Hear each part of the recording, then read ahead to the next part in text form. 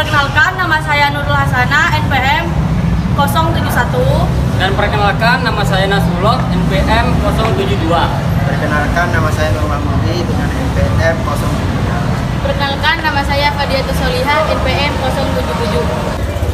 Pada video kali ini, kami akan menjelaskan tentang teknik evaluasi pembelajaran. Teknik evaluasi pembelajaran adalah alat dan cara yang digunakan dalam proses pengumpulan data tentang hasil pembelajaran.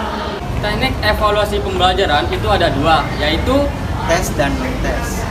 Di sini saya akan menjelaskan tentang teknik evaluasi pembelajaran non-tes, yaitu skala bertingkat.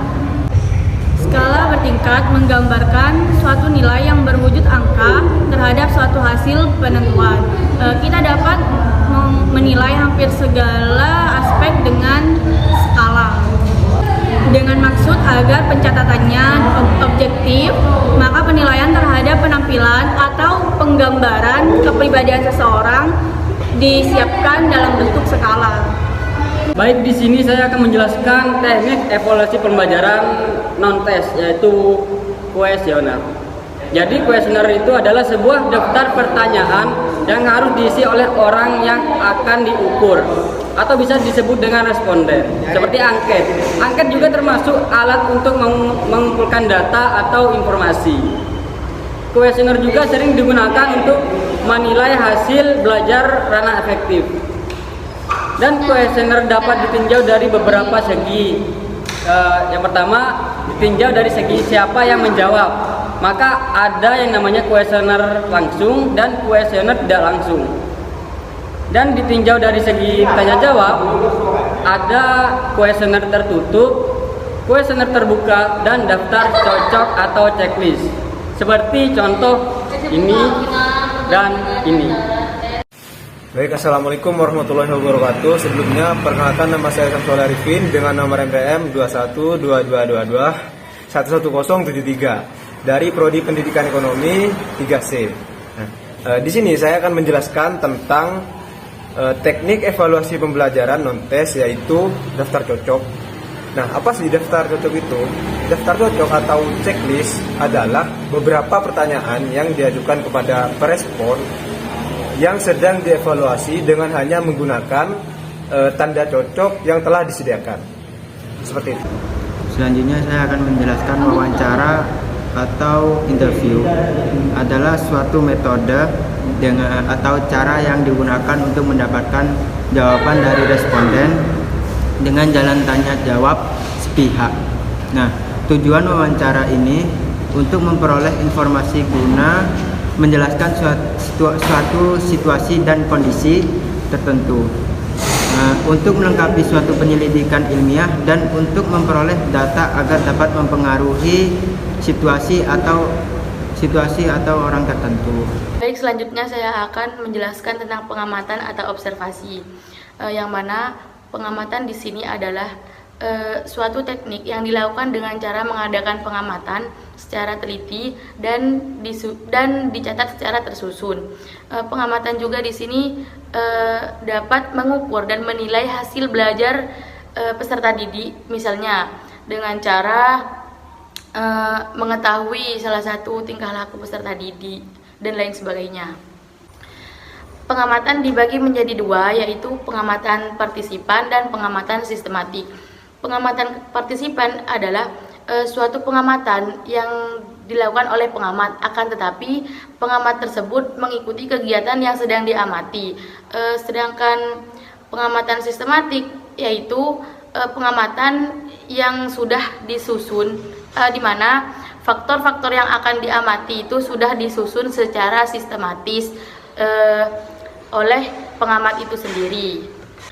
Oke, selanjutnya penilaian atau evaluasi hasil belajar dengan cara mengamati atau pengamatan itu pastinya tidak selalu positif, pasti ada sisi negatifnya.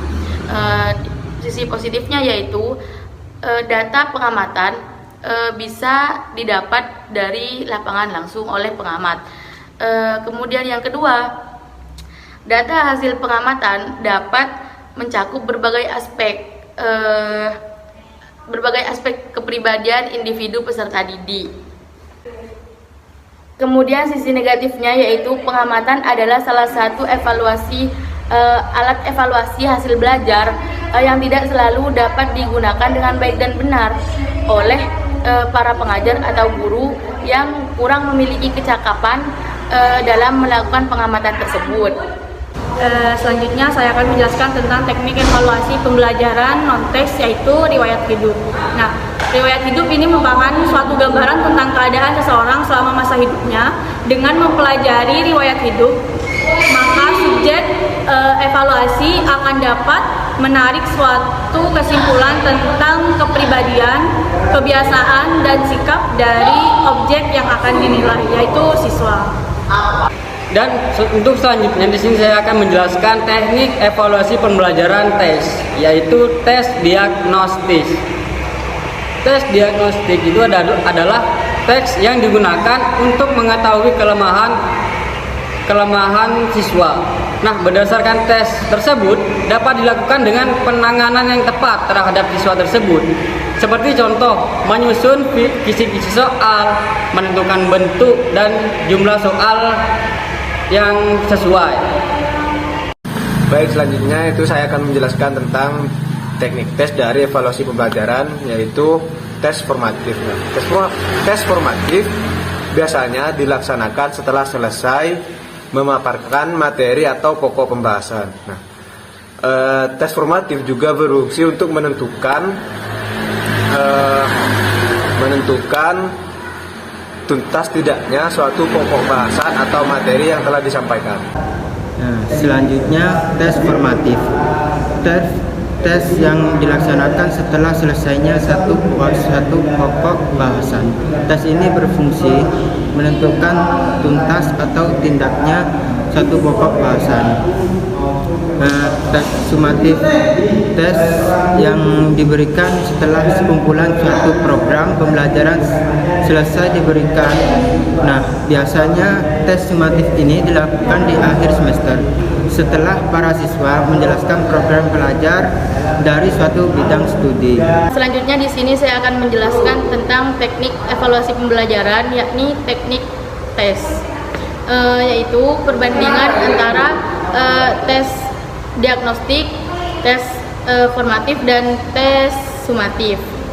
Perbandingan antara tes diagnostik, terus kemudian tes formatif dan tes sumatif, yakni kalau tes diagnostik, tes yang dilakukan untuk mengetahui kelemahan siswa. Contohnya seperti memberikan kisi-kisi sebelum mengerjakan ulangan yang diberikan oleh pendidik.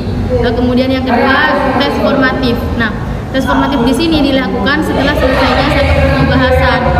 Contohnya seperti memberikan ulangan-ulangan harian. Yang ketiga yaitu tes sumatif. Tes sumatif di sini diberikan setelah sekumpulan satuan program pembelajaran selesai diberikan semua, seperti contoh memberikan ujian akhir semester atau ulangan akhir semester di setiap tahunnya.